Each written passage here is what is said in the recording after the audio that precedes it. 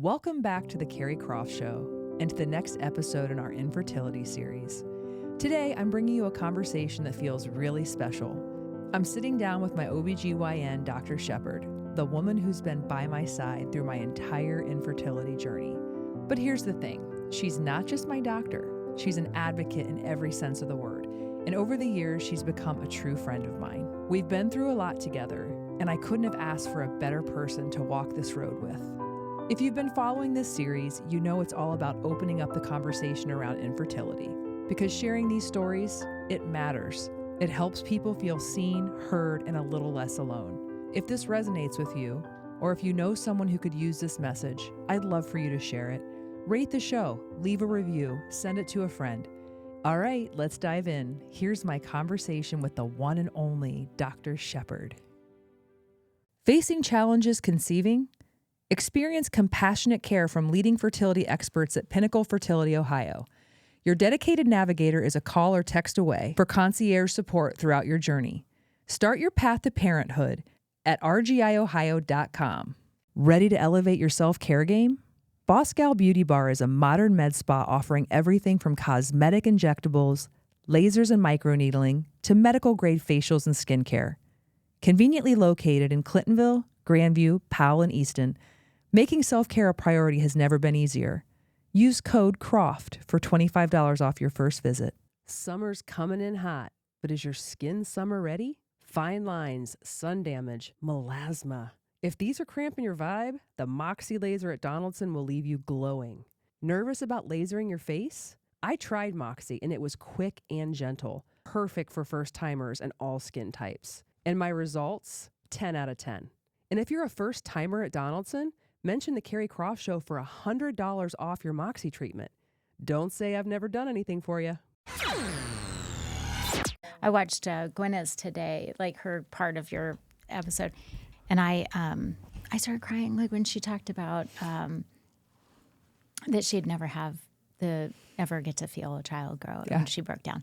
It made me cry. I was like, that moment when I asked her about the grief of not, and when she stopped for so long. So I was like, I wasn't sure, in the editing process, the only reason why I shortened it, because I felt like I wanted to keep it in, but I shortened it because you couldn't really see it on the audio. Right. So we ended up shortening it. But we sat here in silence for probably, a good half a minute. And it was just like, you just felt it. Yeah. And God, she's so great. She's amazing. And she's so, she really walks the walk. Mm-hmm. She's gone above and beyond for so many patients and shown up on weekends and things that are not in her job description just to help people create families. Yeah. And she does. She never says no, especially when it involves fertility. I love your shirt. Thank you. And you're right. Difficult roads can lead to beautiful things. Yeah. Well, it's funny because when I saw it, it reminded me of I've always had this mantra in my own life, and I share it with a lot of people when they're going through hard things, is we can't always understand our journey until we look back on it. And it doesn't change, it doesn't make the hard things okay, but it definitely helps you, maybe gives some semblance of understanding, and I've always feel that with loss, like when people go through an early pregnancy loss, I'm like, when you're holding that next baby in your arms and had you not gone through this hardship, you wouldn't have that miracle. It doesn't take that loss away. It doesn't take that grief away, but it helps maybe give some peace to it in a certain way. And I think we can apply that to, I think I've applied it personally to many things in my own, life. But I sat down today and did my own, I'm Keri, and I talked about, for the first time, our choice to what we did with Angel and choosing to deliver her the egg donor. I've not talked about any of this publicly. Oh, yeah. Ever. And so people who know in my life know. I was just very private about, as you know. But there's no one who's been through my whole story except for Brady, other than you. I mean, you've been there for everything. Mm-hmm. And the idea of the pro-choice angle, right? Mm-hmm. And so when you and I were sitting down to talk about that and how important it is, and I never had said anything about my own personal journey yet. Right. But having the ability when you are faced with that incredibly, I mean, I will never forget being in that room. My mom was there, Brady was there, I was wearing a pink tank top. And we were all just like, I was jumping up and down, and we were all just, we were going to find out the gender of the baby. Right. And kudos to you I know this is your job and like you do it so beautifully, but how you can be in moments like that with people and like on a dime, you see it first. I'll never forget just like watching your face, and your eyes are like ice blue, and I'm always like enamored with how beautiful they are. And I'm watching you, watching the screen, and it was like she's trying to figure out how to say it, and she's still trying to convince herself, but something's wrong. Yeah. Yeah. And it's one of those things, I think, when you see that, you want to make sure you're right, And there are times where you're like, I don't know exactly what's wrong, but something's wrong, and I have to tell you that, and we're going to figure out what it is, but this isn't typical, and it's, I think the blessing of, doing it so much is that you kind of know what's normal, that when you see something, even when it's clearly, you can't quite figure out what the abnormal is, it's not normal, and it's, and then it's figuring it out, it's figuring out the what and the why as much as we can, I think. And you have touched so many vaginas, as we all know, and so many of these women who have sat in the chair that you're in, you're their OBGYN. Oh. And, they all say the same thing. And I know you get uncomfortable when I say that you're basically an angel on earth, but, all these different stories, and like Melissa, who's going to be like at the end of the program. But when you have someone like that who all of a sudden gets spontaneously pregnant in their mid-40s, you see everything. You see it all. Right. You do. And like, it's just the most, I'm very, very excited, I guess that's the word, about bringing all these stories out, because there's all these common themes, and one thing that a lot of women say is they feel like they've failed. Mm-hmm. They feel less than, they feel like their bodies are betraying them. Mm-hmm. Yeah. I guess I look at it so differently. I guess I just feel like there's no failure in creating a family, no matter what that looks like, mm-hmm. right? And so for some people, that's the traditional route.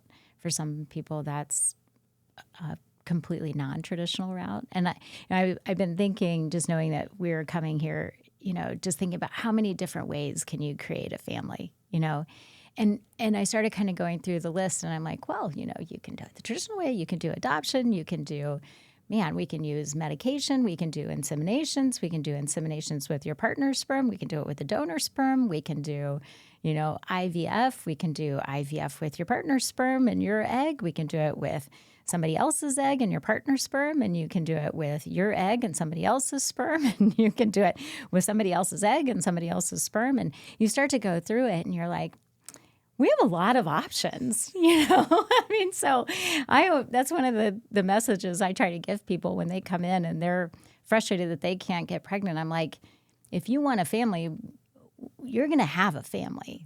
I can't tell you today, looking at you, what that journey is going to look like or what we're going to need to do to make that happen, but we can make that happen, and I think that hope is so important for people. I'm a testament to that. Yeah. And, it's that doesn't mean that journey isn't wrought with frustration sometimes too. You definitely see on people's faces sort of that sense of despair and that sense of like, do we give up, or what's my threshold? I'll do up to X and then I'm not going to do it, or the different things that people are comfortable with. But, I've always encouraged people, just don't quit. Now that I'm talking about the egg donor, I do think it's so important though, to make sure that no matter what, because there are so many options, mm-hmm. and technology is an amazing thing. But I think that a woman's innate desire to have a child, it can take over everything. And so if you're that sort of woman of action and you're like, I'm going to like plow through this thing and I'm going to make it happen no matter what, before you think everything through. Like I had a lot of time to think through all of the different options, But I think on behalf of like your future child, and they're going to be adults, and like their story is important, and it's important everybody feels like this was the right choice and we were all aligned. I think that's all very important too. Yeah, for sure. But I also think it's, I think people, I think people a lot of times don't even realize sort of the options that are available, right? And, I think sometimes people are like, well, if I can't be with my egg, then is it any different than adoption? And I'm like, well, in some ways, yes, in some ways, no. But I think for a lot of people, that connection that you get to growing a child is pretty powerful, right? On the flip side, I have a lot of patients who, their children are genetically theirs, but they've used a gestational carrier. That makes them no less their child because they didn't grow them. So I think I just don't ever believe that being a parent is sort of the genetics or what womb they grew in, right? It's all about how do you love this human being? How do you take care of them? How do you have that, that sense of just when you have that sense that this is the most powerful thing in my life and I don't want to ever lose this. That's being a parent, right? Oh, it totally is. And I will say, I have, like it or not, a lot of experience with some of this stuff. Yeah. And I will tell you, like losing Jade, there was never a moment when I was in that room with her where I was like, oh, well, she's not biologically connected. I mean, There was never a moment that the love for her, I've lost one that was biologically mine and I've lost two that weren't. And the pain and the hurt, it wasn't different. No. And so I can, and like having, Dane and Kyle now and knowing the love and how much I just know that the universe, and I made it happen, right? I know that, but like the universe was so much a part of that. So I know how much you can love. And I think that's a fear for people. Rightfully so, because it's just it's not this mainstream thing. It's scary. It's weird. It's not the way you grew up with your little children's books and you get married, you have kids. It's off the beaten path. But I think to your point, it's important that people, know their options. Should they choose to go that route and have access to options. Look at Gwenna, for example. She didn't even consider surrogacy. Like she says it in her interview. She's like, I didn't even think that was for me. Like I just figured that was for people like Kim Kardashian. Right. You know, so it is important that people know. Right. That you do have choices, whether you choose those routes or not. Yeah, and the same is true, when women are, single and they want to have a family. A lot of people don't even think about the option of donor sperm. And I have that conversation when women come in and, they talk about their frustrations of not finding, Mr. Right and, wanting to have a family. And I'll say, have you ever thought about doing it on your own? Because it's an important conversation to have. And people just don't think about it. Like you think, I've got to find the person and then have the baby. But it doesn't have to be in that order. And sometimes it's better because you're not compromising, right? It's actually a really great point. And it's funny, I was at this fashion show on Sunday and this girl comes up to me and she's like, do you remember me? I'm like, I recognize your face. And I worked with her for a really long time back in college. And she'd been listening to the show and she's all about this infertility series. And she's like, I've decided to do it on my own. Yeah. And I'm like, good for you. And you could tell her trepidation. Of course you're nervous. Of course you're scared. But I mean, I feel like that's so empowering. Yeah. That you do have that option. Right. And if you have a support system. Right. Well, there's a lot of single moms out there that are doing it. Well, right. Yeah. By choice or otherwise, Yeah. But it's part of the conversation that should be had. I mean, people need to know what choices are available, and I think people don't realize that there's embryos that need, to be adopted, that there's people that are willing to donate eggs. You hear about sperm donors. You don't hear as much about egg donors. People need to know that those are options. And we have a lot of patients that do it. But to your point, I do think that, especially in this day and age, it's unlikely that it's going to stay a secret. So if you go into it with the notion that you're not going to tell anybody, your kids are never going to know, it's not probably realistic, because there's too many 23andMe's and there's too many things. And so it's an important part, I think, of the psychology behind all of this, whether it's adoption, whether it's using donor eggs, using donor sperms, is to have that conversation of like, no child is ever going to regret being born, and the story can be a really wonderful one. Don't be afraid to share it, and tell them it's part of their, who they are. It goes back to what I said a little bit earlier about being really ready and really aligned with your decision. Yeah. And I am, again, I stay in my lane because this is my way that I do it. I don't want to, just because I've experienced it, I don't want to throw my opinions heavily on other people, but I don't understand the idea of secrecy around it to your children. Right. I think that no matter what it is in life, the minute that your child finds out something that you're not being forthcoming, it takes a really long time to recover from that. And something is it's their identity. And I think it creates this notion of shame around it.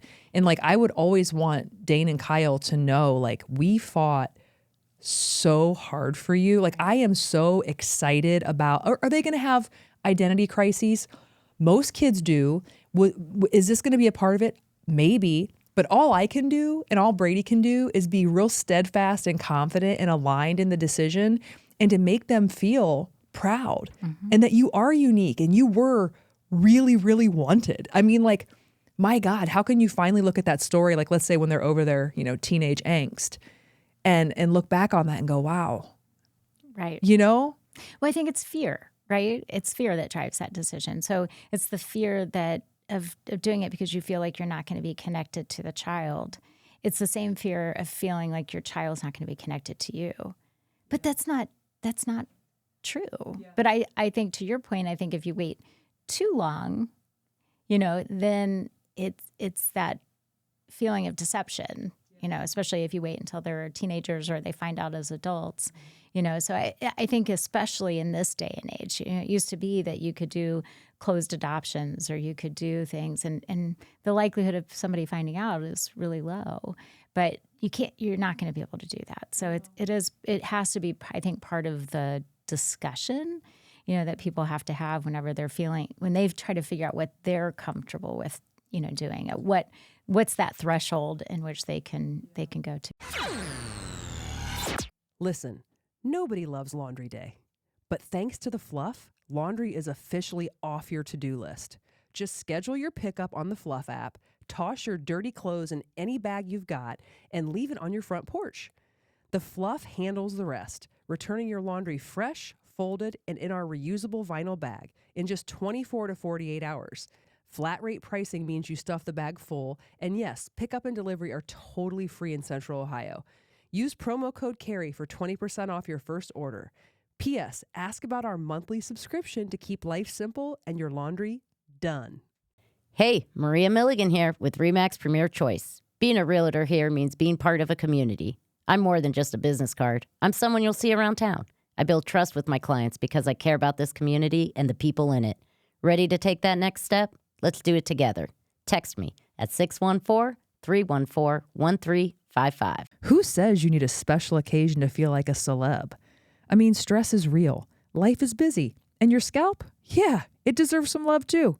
That's where Headspace by Mia Santiago comes in. Treat yourself or someone who deserves it to a luxurious scalp treatment and a killer blowout or cut, because nothing says main character energy, honey, like a fresh style from celebrity stylist Mia and her team. And because we love a good deal, mention the Keri Croft Show and get 20% off your service or any gift card for somebody in your life that you love. Headspace by Mia Santiago, because great hair days shouldn't be rare. I'm actually excited about the egg donor conversation because I know that it will help a lot of people. And I hope people come to me the way they have for surrogacy. I mean, it's like a floodgate and it's been really great. And the questions are all valid and they're all everyone is so vulnerable and really trying to make the right calls and nervous. And they don't really know like how to handle it. And my advice would always be transparency. Right. I agree. I think with me, anything, but like that's just who wants to carry that weight around? Right. For sure. But yeah, I love what you're doing. I think it's so important just to, for lack of a better word, normalize all of this, to make it part of the conversation, to make it part of the discussion that, it's okay if it's not traditional, you know? Oh no. I mean, and look at all the same sex couples. I mean, it's like, this isn't going away. Right. Everyone deserves equal right to have a family. And Jess is one of oh my gosh, she is a firecracker. And she came in and was talking about her and her wife. And she was saying, can, for the love of God, people stop imposing for lesbians to adopt? She's like, you adopt. She's like, no disrespect, but like, just because we're lesbians doesn't mean we have to adopt. So there are so many different couples and ways, and like, well, the same is true for male couples. Yes, I mean, I've had really interesting situations over the year. I mean, I've had patients that were surrogates, for male gay couples, and I've had one that was the the egg donor and the surrogate. And then, one pregnancy, they used one sperm, and then the other pregnancy, they used another. I've had situations where they take both the sperm, they put it both in, and they just see what happens. How it happens. So, I mean, it's great. It's fun. This is what it's supposed to be about. It's all about kind of, this creation of families. That's an exciting thing. The process is hard. The process can be sad, but the outcomes are miraculous no matter how they happen, right? Yeah. And so that's the fun part. That's the fun part of what I get to do, is help people kind of get through that hardship to get to that other side of the bridge, and have the joy. I just had Sky and Jason in. Oh, good. Yeah. And that was really great. I hadn't seen them for a while. They're such great people. They were just so great. I'll never forget being in the delivery room with all of you. Yeah. It was crazy. Well, I'm sure it's a little out of body. It was very out of body. Yeah. It was very out of body. I couldn't quite believe that we were there. Yeah. Well, I think it's all very surreal, but on the flip side, I can see that how surreal it would be, like, for you being there and watching your baby being born from somebody else. Mm-hmm. But I mean, I know when I had my children and I was laying there having my C-sections, it felt very surreal too, and I'm like, I remember looking at him for the first time and being like, that's mine, huh? Yeah. Right. So I don't know. I don't know if that's just a process of, the different ways in which we do it, or if it's just part of parenthood. No, I think it's probably both. Yeah. I'm just so glad I had you with me for everything. Oh, well, I'm so glad that you let me be part of your whole journey. I feel very blessed. I mean, can you believe we're old hags sitting here? I remember for yourself. I mean, come on, baby. Well, I'm older than you, so. But I remember, like, when I first met you. I remember the first time that we were in you were selling a car or something. And you were like, you want to buy a car? I'm like, no, but you can look at my vagina. And I think I love you. That is awesome. We were babies. Like, I know. I feel like it was 2002. Yeah. Yeah. And here we are, and you're still looking at my crusty old vagina. This thing's holding up. You know what? Speaking of crusty old vaginas, do they get dry when you're going through menopause? Mine has not, but I've talked to a couple of friends, and I mean this. Yeah, they do. Yeah. Interesting. You lose the lubrication. Forever? But we have ways to make that better. But they can't do, so will estrogen like make your vagina like juicy again? Yeah. Okay. Yeah. Okay. Yes, do Asking not for a suffer with a asking for dry a friend. vagina. Come in. Let's fix it. It actually really is not me, which no one's going to believe that now. But And there's non-hormonal ways that can help too. I got the vagina questions coming here. Popping. Oh my God, I can't wait. Dry vagina? You've come to the right place. Vagina feeling like sandpaper? Yes, do not suffer. Women should not suffer. Well, I think there maybe are just options. I think we're good that hormonal replacement therapy is okay for most people and actually beneficial. Yes, I think. This is. I could talk about this for hours. I think that there is so many benefits to hormone replacement therapy, and I think all women should have a discussion with their doctors about it. I think it has to be individualized, and figuring out the right approach and the right things for an individual woman is really important. I think that there's the pendulum always swings, right? The Women's Health Initiative study, when it came out, the pendulum went way over here, right? Now, in part because of social media and the fact that it's such a profitable industry. Everybody's looking for the fountain of youth, and everybody is looking to just have a magic wand to make them 25 again. Now the pendulum has shifted way to this other side, right? And I think we're going to eventually kind of I hope that we find this middle ground. But I think that there's this menopausal age, we're all struggling a little bit. And so there's this,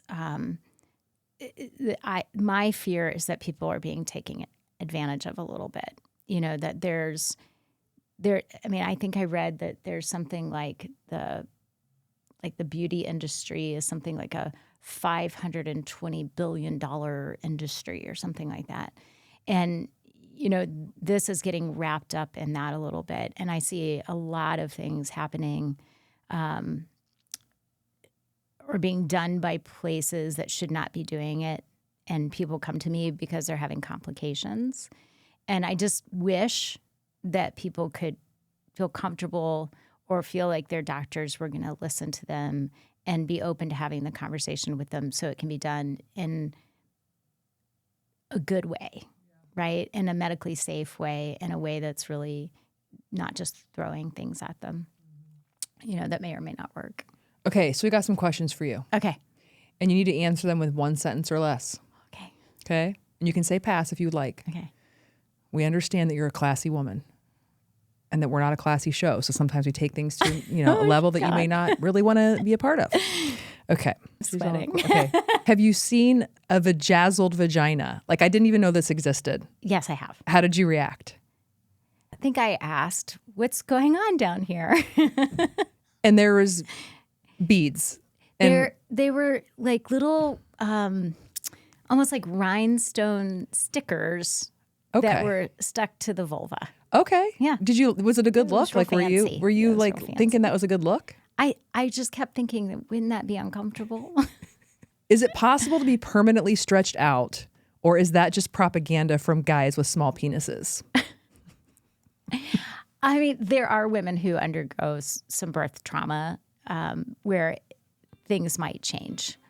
I kind of asked you this before, but literally, have you ever judged someone's vaginal haircut or lack thereof internally? Yes. Can my vagina actually fall asleep if I sit on a spin bike too long, or should I stop Googling things at 2 a.m.? Well, it can get numb from nerve compression. Do you secretly know when someone lied about their last period date? No. Have you ever had to remove something from someone's vagine that made you seriously question humanity? Yes. Are you at liberty to say what it was? I have taken multiple objects out of vaginas. What was the most wild object? A polished stone. Benoit balls. I guess that's not that unusual, but just that they couldn't get out. The stone was unexpected, though. Can my vibrator really desensitize me, or is this just bullshit my partner heard on TikTok? It will not desensitize you. If, if sex sends me into labor, do you think my husband deserves credit or punishment? It's not going to put you into labor. If he has a big swinging cocks It around. might make you contract, but it's not going to put you into labor. If I pass gas during my exam, do you ignore it, or have you ever acknowledged it and laughed? I would ignore it. If I crave dirt or laundry soap during pregnancy, am I possessed or should I seek help? Yeah, that might be a sign of iron deficiency. Is pregnancy brain a medical excuse to ignore people I don't like? It's a real thing. Pregnancy brain is a real Yeah. thing. Well, so isn't menopause brain too? Listen, brain fog. Yeah. What's the guy's excuse for their brain fog? Menopause. What? Hey, you should trademark that. Does it ever not get weird when someone duties during labor? Or are you just so used to it? No, it's not weird. I just try to make it so that they don't know. They just don't know. Well, I hope, because I just want people to focus on that. Yeah. It happens. It just means they're good pushing. Did that happen to me? Do you remember? And if it did, I wouldn't tell you. I'm sure it was the most beautiful thing you've ever seen. Well, Have you ever thought, oh God, not this vagina again when a patient arrives? no. So Dr. Shepherd, any words of wisdom, something you would say to somebody in an exam room, or something, just to kind of, for people who are embarking on this journey or who have been in it for a little bit, like just from your own experience and perspective? In terms of fertility. Yeah. I would say, one, be patient with the process. I think we spend most of our adult lives trying to avoid pregnancy. So there's this expectation that when you're ready, it's just going to happen. And that's rarely the case. I mean, some people are very lucky, and that is, their story. But even as a gynecologist, it took me over a year to get pregnant with my kids. I knew what to do, but it just wasn't easy, right? So I think that, that's the one thing that I would tell people, and not to give up. So if you're struggling, don't wait 2 years and then come in and be like, well, it hasn't happened in 2 years. I guess it's not going to happen. That's what we're here for. We're here to try to figure out the whys and what do we do to make it better? How do we make it happen? So hopefully people have, physicians that they trust and physicians that they can go to and, that will help them and guide them.